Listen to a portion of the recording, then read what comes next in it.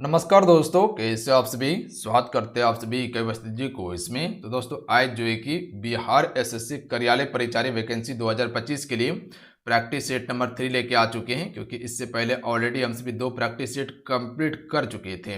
अगर आप सभी इन प्रैक्टिस सेट को नहीं लगाए ज़रूर लगा लीजिएगा, लिंक डिस्क्रिप्शन में दे दिए हैं, प्लस में इसका प्लेलिस्ट बना हुआ है।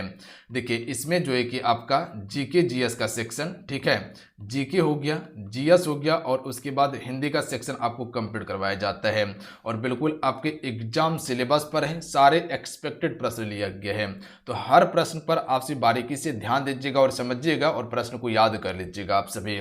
तो चलिए शुरू करते हैं। सभी एक बार सेशन को लाइक करके शेयर जरूर कर दीजिएगा, और जो भी चैनल पर नए हैं ना, चैनल को जरूर सब्सक्राइब करके घंटे को प्रेस कर लीजिएगा, ताकि जब भी क्लास हो नोटिफिकेशन आप सभी को प्राप्त हो जाए। तो चलिए शुरू करते हैं।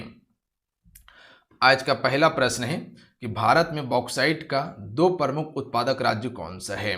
चलिए क्वेश्चन फर्स्ट का आप सभी राइट आंसर कीजिएगा। और देखिए बिहार एसएससी कार्यालय परिचारी में इसी प्रकार का प्रश्न आपके पेपर में आएगा, ध्यान दीजिएगा, और ये आपके सिलेबस में भी मेंशन किया गया है। चलिए क्वेश्चन फर्स्ट का राइट आंसर कर सकते हैं कि बॉक्साइट का प्रमुख उत्पादक राज्य कौन सा है। तो याद रखिएगा आप सभी, पहला आपका उड़ीसा हो जाएगा, दूसरा आपका गुजरात हो जाएगा। अगर तीसरा पूछा जाए कि तीसरा कौन सा है, तो झारखंड। ध्यान दीजिएगा आप सभी। देखिए अगर झारखंड की बात किया जाए, जो कोयला होता है, इसके भंडारण की बात किया जाए, ध्यान दीजिएगा आप सभी, भंडारण में ये पहले स्थान पे है। बट उत्पादन की बात किया जाए, उत्पादन में ये तीसरे स्थान पे आता है झारखंड। याद रखिएगा आप सभी, कोयला उत्पादन में तीसरे स्थान पे है। अच्छा, कोयला उत्पादन में पहला स्थान पे कौन आ जाएगा, छत्तीसगढ़ आ जाएगा। याद रखिएगा आप सभी, अभी के समय में, ठीक है, छत्तीसगढ़ हो जाएगा। याद रखिएगा आप सभी। दूसरा कौन सा हो जाएगा, उड़ीसा। इतना सा याद रखिएगा आप सभी, बात याद रहेगा आप सभी को। चलिए क्वेश्चन नंबर 2 देखिए, निम्नलिखित में से कौन सी एक समिति पंचायती राज संस्था से संबंधित नहीं है। यहाँ ध्यान दीजिएगा, क्या कहा गया, नहीं है। और ऐसा ही प्रश्न आपके पेपर में आएगा, इंपॉर्टेंट प्रश्न है, इसको स्टार मार्क याद रखिएगा आप सभी।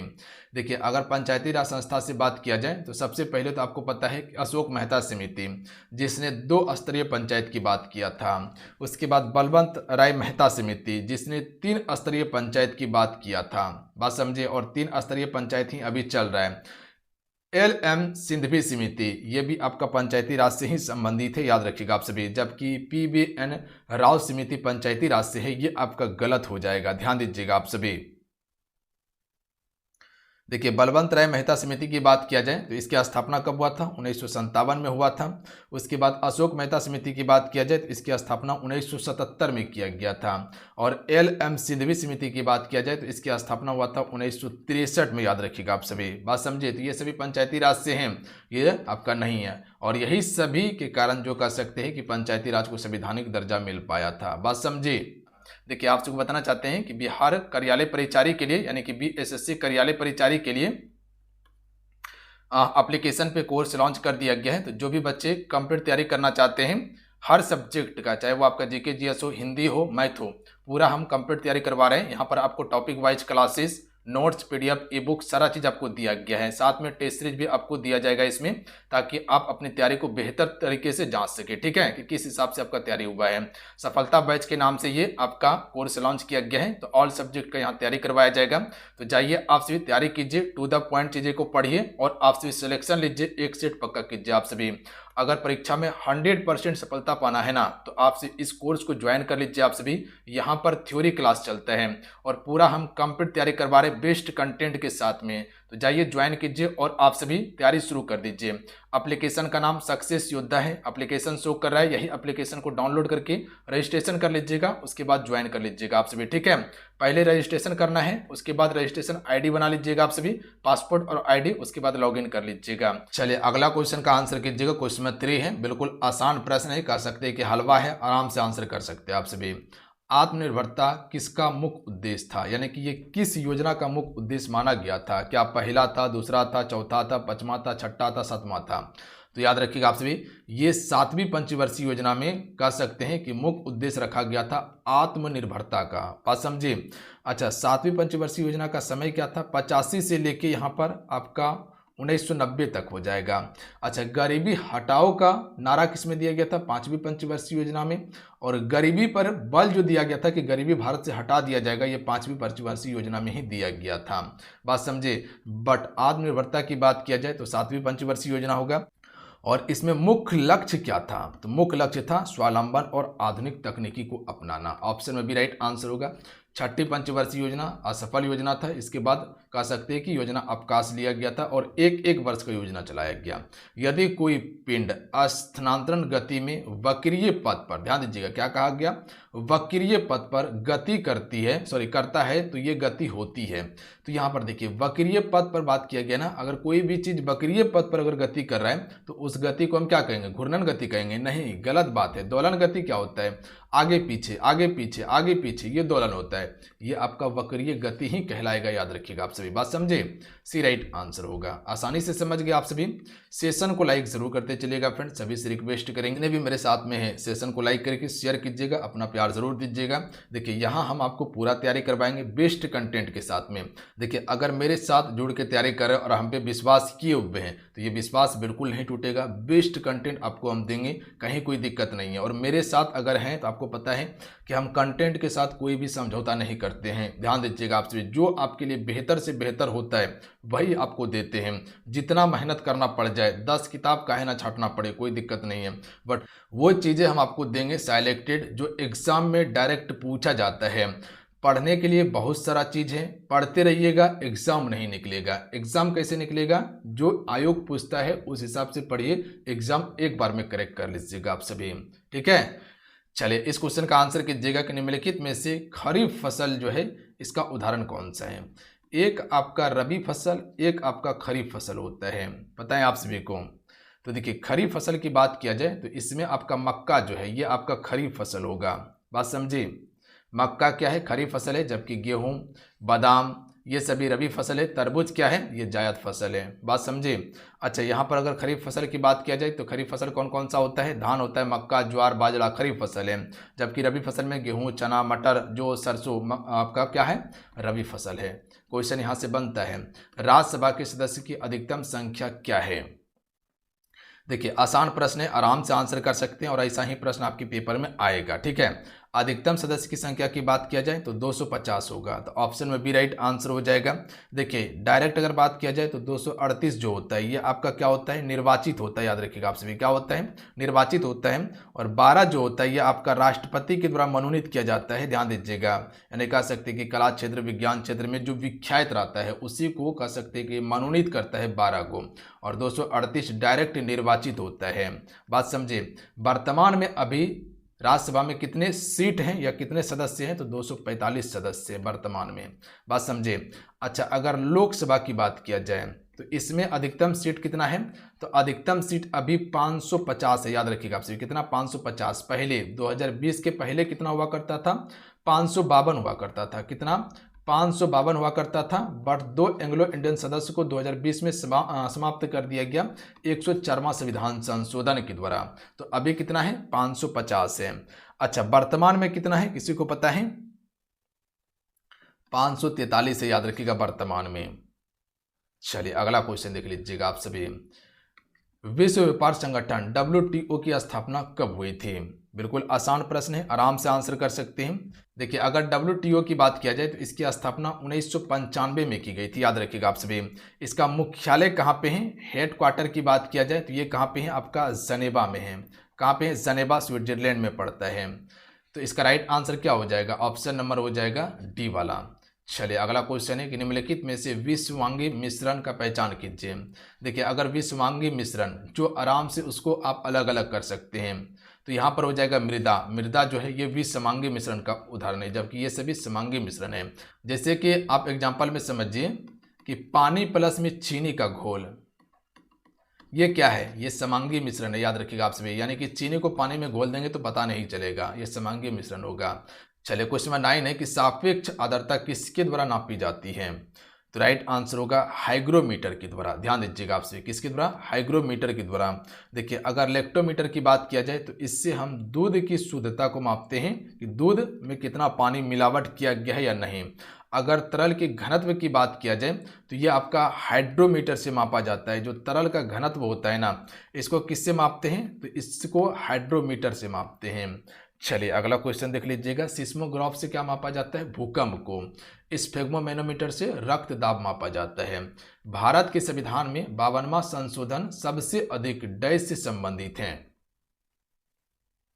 देखिए 52वां संविधान सबसे पहले ये कब हुआ था, ये समझिए 85 में हुआ था 52वां संविधान संशोधन। बात समझे।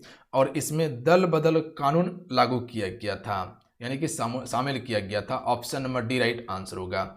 जो अनुसूचित 10 जो देखते हैं आप सभी, अनुच्छेद नहीं, अनुसूचित 10 जो देखते हैं, ये दल बदल कानून से ही संबंधित है। इसका राइट आंसर क्या हो जाएगा, ऑप्शन नंबर डी। अच्छा आपसे बताइए कि 42वां संविधान संशोधन कब हुआ था और 44वां संविधान संशोधन कब हुआ था, दोनों हमको नीचे कमेंट करके बताइएगा। हवा के बुलबुले डैश के कारण पानी में चमकते हैं, तो ये पूर्ण आंतरिक परावर्तन के कारण होगा, याद रखिएगा आप सभी। किसके कारण, पूर्ण आंतरिक परावर्तन के कारण होगा। देखिए रेगिस्तान क्षेत्र में मृग तृष्णा का चमकना, वो भी आपका पूर्ण आंतरिक परावर्तन के कारण होता है। आप सभी ऑप्टिकल फाइबर जो देखते हैं वो भी कार्य पूर्ण आंतरिक परावर्तन पर कार्य करता है। हीरा जो जगमगाता है पूर्ण आंतरिक परावर्तन पर जगमगाता है। जवाहरलाल नेहरू कृति की आत्मकथा कौन सी है, देखिए ये भी प्रश्न आपके लिए इंपॉर्टेंट है क्योंकि बुक एंड ऑथर से प्रश्न आपके पेपर में आएगा। तो इसका राइट आंसर क्या हो जाएगा, तो इसका राइट आंसर हो जाएगा ऑप्शन नंबर सी, मेरी आत्मकथा ही इसका करेक्ट आंसर होगा। इसके अलावा डिस्कवरी ऑफ इंडिया भी जवाहरलाल नेहरू की है। भारत की खोज, याद रखिएगा आप सभी। अगर क्वेश्चन पूछा जाए कि बताइए कि डिस्कवरी ऑफ इंडिया जो है ये किसकी पुस्तक है, जवाहरलाल नेहरू की पुस्तक है। चलिए अगला है, निम्नलिखित में से किस प्रकार के वन को मानसूनी वन कहा जाता है। तो देखिए मानसूनी वन जो होता है ये पर्णपाती वन होता है, ये आपका मानसूनी वन होता है और ये मानसून पर निर्भर करता है। अगला है, मुस्लिम लीग की स्थापना कब हुई थी, थोड़ा सा फास्ट में कीजिएगा। तो देखिए मुस्लिम लीग की स्थापना 1906 में की गई थी। कहाँ पे, ढाका में, याद रखिएगा। ढाका आपका बांग्लादेश की राजधानी है और इसके संस्थापक कौन थे, आगा खां और सलीमुल्लाह खां, याद रखिएगा आप सभी। मुस्लिम लीग के संस्थापक आगा खां, सलीमुल्लाह खां।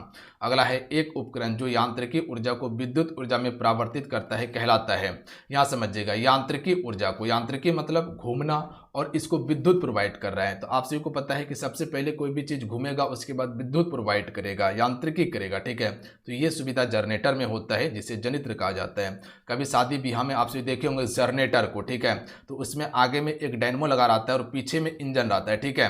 तो यहाँ से देखिएगा करंट पास किया जाता है। तो सबसे पहले जनरेटर क्या करता है, ये डायनमो को घुमाता है, उसके बाद बिजली पैदा होता है। बात समझिए। और वहीं अगर बात किया जाए कि मोटर जो कार्य करता है वो विद्युत ऊर्जा को यांत्रिकी ऊर्जा में कन्वर्ट करता है। बात समझिए। चलिए 16 नंबर क्वेश्चन है कि चंद्रमा और सूर्य के कारण ज्वार भाटा के बारे में बताता है। तो ये कौन बताता है, गुरुत्वाकर्षण नियम, याद रखिएगा आप सभी। कौन बताता है, गुरुत्वाकर्षण नियम ही बताता है। और इसी के कारण, याद रखिएगा आप सभी, चंद्रमा और सूर्य के कारण ही ज्वार भाटा आपको पृथ्वी पर देखने के लिए मिलता है। चलिए अगला क्वेश्चन है कि मिश्रित अर्थव्यवस्था से क्या तात्पर्य, इंपॉर्टेंट प्रश्न रहेगा, ध्यान दीजिएगा। तो इसका राइट आंसर हो जाएगा सार्वजनिक तथा निजी क्षेत्रों का सह-अस्तित्व। सार्वजनिक मतलब क्या होता है, जो सरकार का है, और निजी क्षेत्र मतलब क्या होता है, जो प्राइवेट कंपनी है। तो यहाँ पर दोनों मिलकर कार्य करता है, इसी को कहा जाता है मिश्रित अर्थव्यवस्था। देखिए एक होता है समाजवादी अर्थव्यवस्था, याद रखिएगा।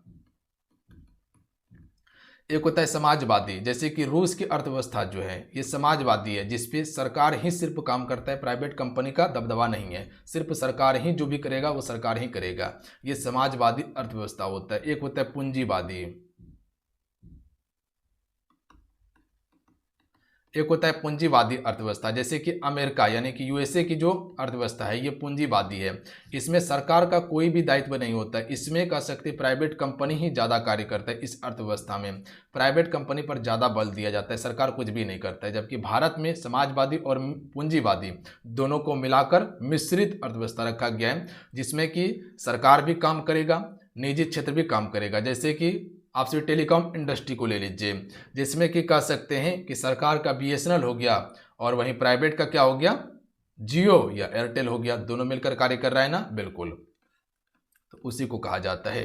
अगला है लॉन्ग वॉक टू फ्रीडम, किस व्यक्ति की प्रसिद्ध आत्मकथा है, लॉन्ग वॉक टू फ्रीडम।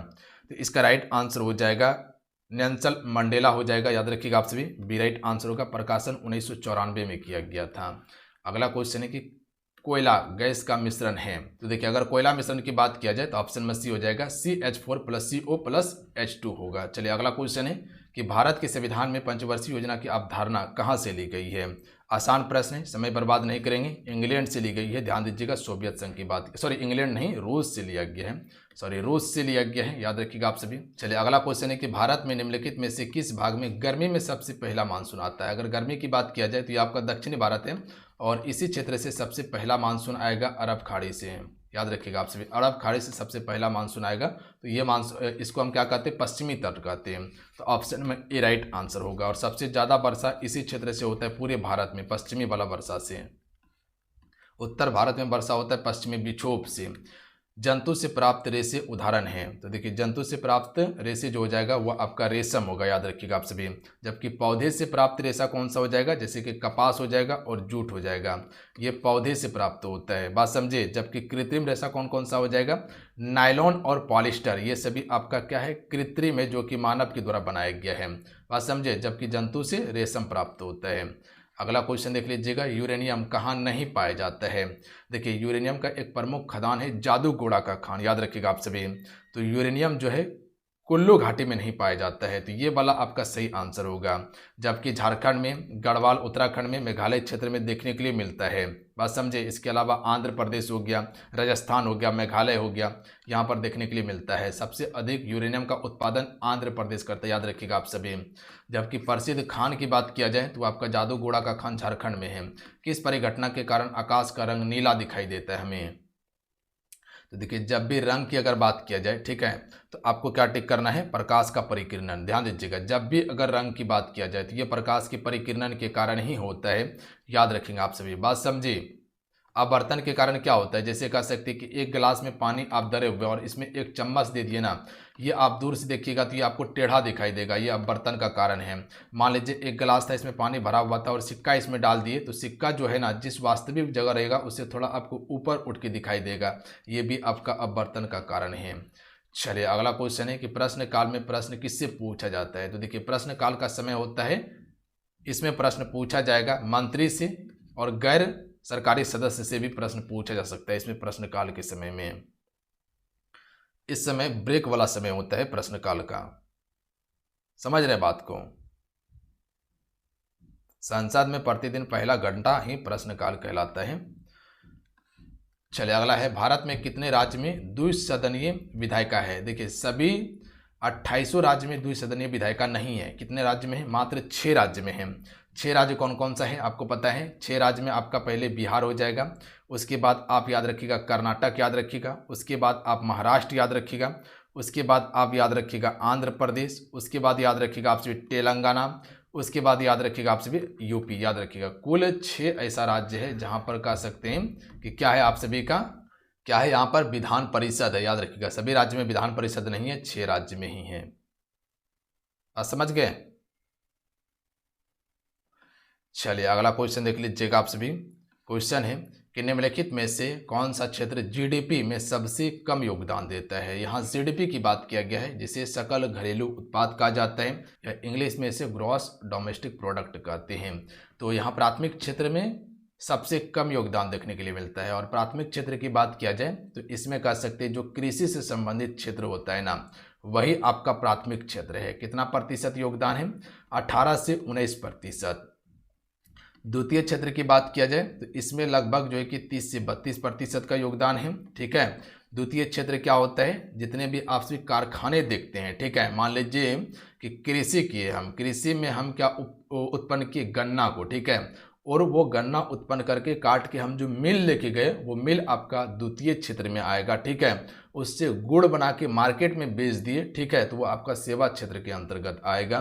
तो तीसरा क्षेत्र की बात किया जाए तो तीसरा क्षेत्र में प्रमुख जैसे कि बैंकिंग हो गया, होटल हो गया, ठीक है, ये सभी आपका तीसरा क्षेत्र के अंतर्गत आता है। जैसे शिक्षा तीसरा क्षेत्र के अंतर्गत आता है, और इसमें योगदान लगभग कह सकते हैं कि 52% के अप्रॉक्स में है। तो इसका right answer option number A हो जाएगा। अगला है, भारत में सैमन कमीशन किस वर्ष आया था।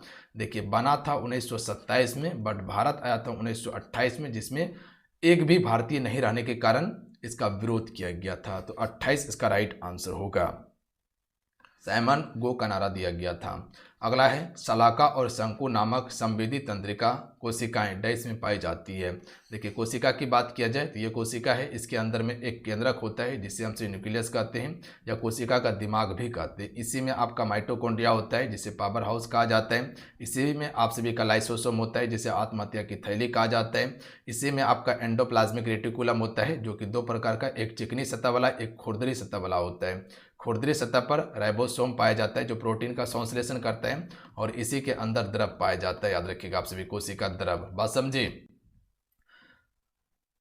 तारक काय भी इसी में रहता है। तो इसका राइट आंसर क्या हो जाएगा?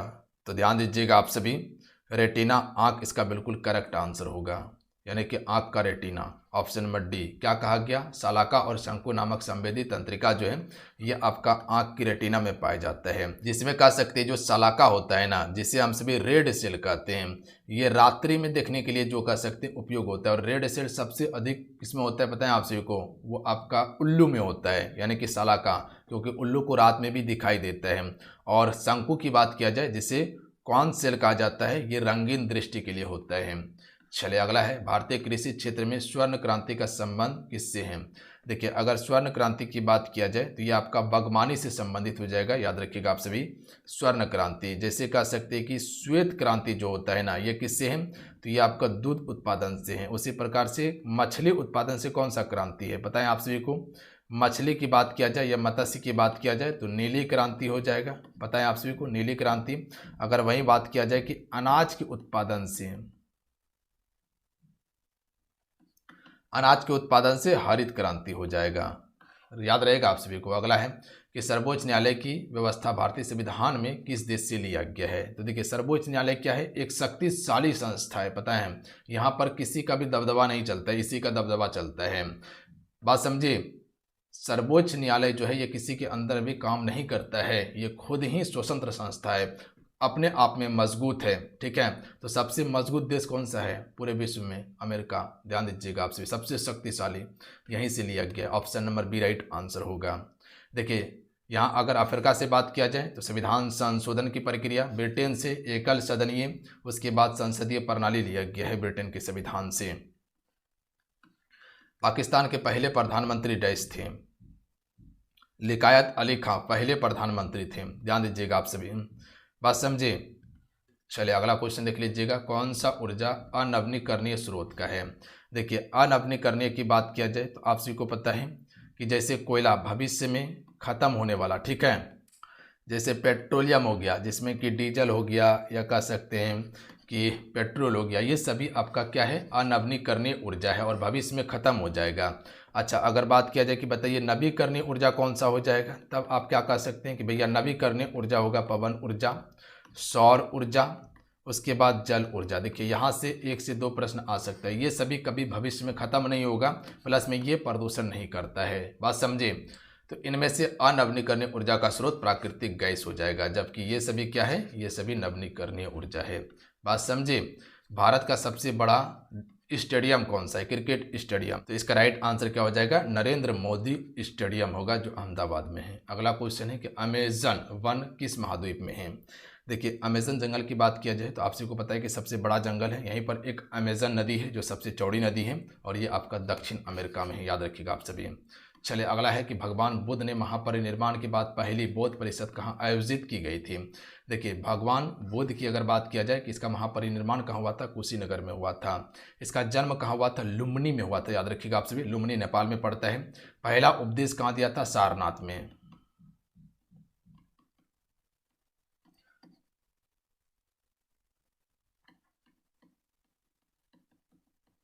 बौद्ध गया में क्या हुआ था? इसको ज्ञान की प्राप्ति। याद रखिएगा आपसे, ज्ञान की प्राप्ति कहाँ हुआ था? बौद्ध गया में। पहला उपदेश सारनाथ वाराणसी में दिया था। बात समझे। सबसे अधिक उपदेश श्रावस्ती में दिया था।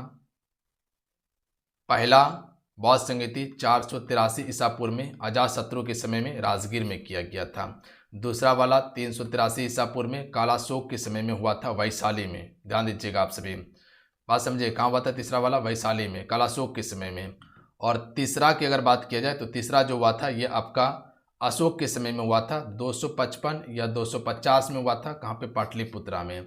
और चौथी की बात किया जाए तो ईस्वी की प्रथम शताब्दी में कनिष्क के समय में कुंडलवन में हुआ था। तो इसका राइट आंसर ऑप्शन में ए होगा। अगला है सर्वोच्च न्यायालय के न्यायाधीश के लिए महाभियोग के लिए कैसे बहुमत की आवश्यकता होती है।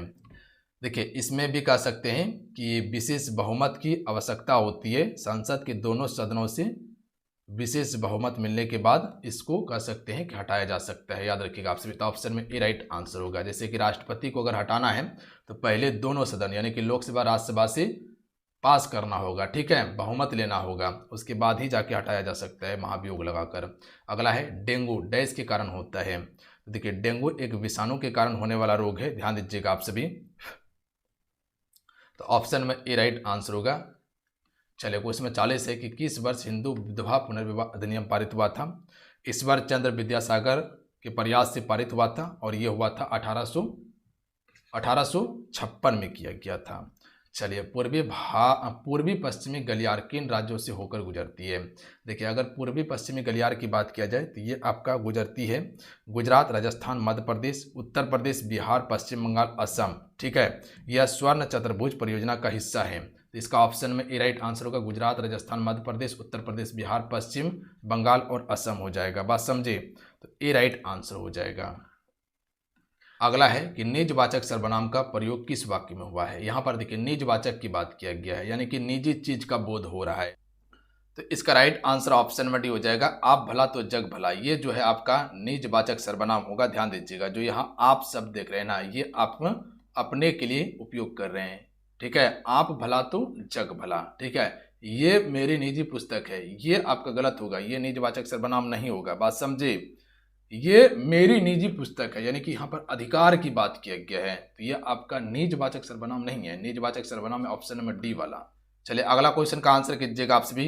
निरर्थक का सही संधि विच्छेद क्या होगा। तो देखिए इसमें विसर्ग संधि का प्रयोग किया जाएगा, ठीक है। तो इसका राइट आंसर कह सकते हैं कि निर्धन अर्थक होगा। ध्यान दीजिएगा आप सभी। तो ऑप्शन नंबर यहाँ पर सी वाला करेक्ट आंसर होगा। बाकी बात ये सभी गलत है, विसर्ग संधि का प्रयोग होगा इसमें। तो डायरेक्ट याद रखिएगा आपसे, भाववाचक संज्ञा बनाइए। तो देखिए भाववाचक संज्ञा यहाँ पर बनाइए। भाववाचक क्या होगा, लड़कपन। ध्यान दीजिएगा आप सभी, ये आपका भाववाचक संज्ञा है। बुढ़ाड़ी भाववाचक संज्ञा है, जो अदृश्य होता है। खुशी भाववाचक संज्ञा है। बात समझिए। चलिए अगला है निर्वासित में प्रत्यय है। प्रत्यय किसी भी शब्द के पीछे लगता है। निर्वासित इत प्रत्यय लगा हुआ है। Option number D right answer है। महेश का सही संधि विच्छेद क्या होगा, फटाफट आंसर कीजिएगा आप सभी। तो महाधन इस होगा, क्या हो जाएगा, महाधन इस महेश होगा। तो ऑप्शन नंबर क्या हो जाएगा, बी वाला करेक्ट आंसर होगा। अगला है कि निम्न में से कौन सा शब्द व्यक्तिवाचक संज्ञा है। व्यक्तिवाचक संज्ञा क्या होता है, जहां पर भी किसी का नाम हो जाएगा या स्थान का बोध कराता हो। गाय जातिवाचक है, पहाड़ जातिवाचक है, आम जातिवाचक है, क्योंकि आम का नाम ले तो हर आम आ गया, चाहे वो आपका नेंगड़ा हो, लुल्ला हो, बैला हो, ठीक है, चाहे वो आपका फजली हो या मैंगो जलदारू हो, सब आपका आम की कैटेगरी में आ गया। वही अगर सिर्फ एक आम का नाम लेते जलदारू, ठीक है, तो वो आपका व्यक्तिवाचक में आता है। जैसे यमुना, ये व्यक्तिवाचक है, बट अगर सिर्फ नदी की बात करती तो ये जातिवाचक होता, क्योंकि नदी में आप सभी कह सकते हैं कि पूरे नदी समूह को बताने लगेगा, फिर तो वह जातिवाचक होगा। चले अगला क्वेश्चन है कि सभी भारतीय गीता के महत्व से परिचित हैं। तो जो यहाँ पर आप महत्व में देख रहे हैं, ये इसका सही क्या होगा, सही वर्तनी क्या होगा। ऑप्शन में बी वाला सही होगा। ध्यान दीजिएगा, जिसको हम सभी महानता के नाम से जानते हैं, यानी कि सभी भारतीय गीता की महानता से परिचित है। तो ये वाला सही, सॉरी ये वाला सही होगा, ये नहीं होगा। ऑप्शन में बी वाला। चलिए अगला है कि अनुज शब्द को स्त्रीवाचक बनाने के लिए किस प्रत्यय का प्रयोग करेंगे। तो आपको बताया कि प्रत्यय किसी भी शब्द के पीछे लगता है, जबकि उपसर्ग आगे लगता है। तो अगर अनुज की बात किया जाए तो यहाँ अनुजा इसको कर सकते हैं, हम सभी क्या कर सकते हैं, अनुजा कर सकते हैं। तो ये आपका आ यहाँ पर प्रत्यय हम सभी लगा सकते हैं। तो ऑप्शन नंबर क्या हो जाएगा, सी राइट आंसर होगा। अगला क्वेश्चन देख लीजिएगा, कान काटना मुहावरे का अर्थ क्या होता है। तो कह सकते हैं चतुर होना, ऑप्शन में बी राइट आंसर हो जाएगा, या चालाक होना। अगला है किस वाक्य में अपादान कारक है। देखिए अपादान कारक की बात किया जाए, जहां जुदाई की बात हो जाए, जैसे कि हिमालय से गंगा निकलती है, तो से इसका क्या है, कारक विभक्ति है, ठीक है। तो यहाँ क्या हो जाएगा, हिमालय से गंगा निकलती है, यह अपादान कारक है। जैसे वृक्ष से पत्ते गिर रहे हैं, अपादान कारक है। अगला है कारक के कितने भेद हैं, तो कारक के कुल 8 भेद होते हैं। कौन कौन सा, कर्ता, कर्म, करण, संप्रदान, अपादान, संबोधन और संबंध और अधिकरण हो जाएगा। अगला है प्रत्युपकार का सही संधि विच्छेद क्या होगा, तो डायरेक्ट याद रखिएगा, प्रतिधन उपकार हो जाएगा, यानी कि ऑप्शन नंबर सी वाला करेक्ट आंसर होगा। याद रखिए, अपकार भी दिया हुआ, ये नहीं होगा, ठीक है। तो चलिए आज कितना ही, आज के सेशन में कुल 53 प्रश्न कंप्लीट करवाएं, जो अति महत्वपूर्ण था, जिसमें कि जीके जीएस हिंदी का बिल्कुल आपके सिलेबस के अनुसार दिया गया है। तो आप सभी इसे प्रॉपर याद जरूर कर लीजिएगा और जाते जाते सेशन को लाइक करके शेयर जरूर कर दीजिएगा अगर आज का ये सेशन आप सभी को अच्छा लगा हो। और बहुत सारे बच्चे बोलते हैं कि सर PDF इसका दे दीजिए, तो देखिए 3 क्लास आपका हुआ था, पहला, दूसरा, तीसरा, तीनों का PDF हम टेलीग्राम पे या व्हाट्सएप ग्रुप पे प्रोवाइड कर देंगे। लिंक डिस्क्रिप्शन में दिया हुआ है, तो वहाँ से जाके ज्वाइन कर लीजिएगा आप सभी।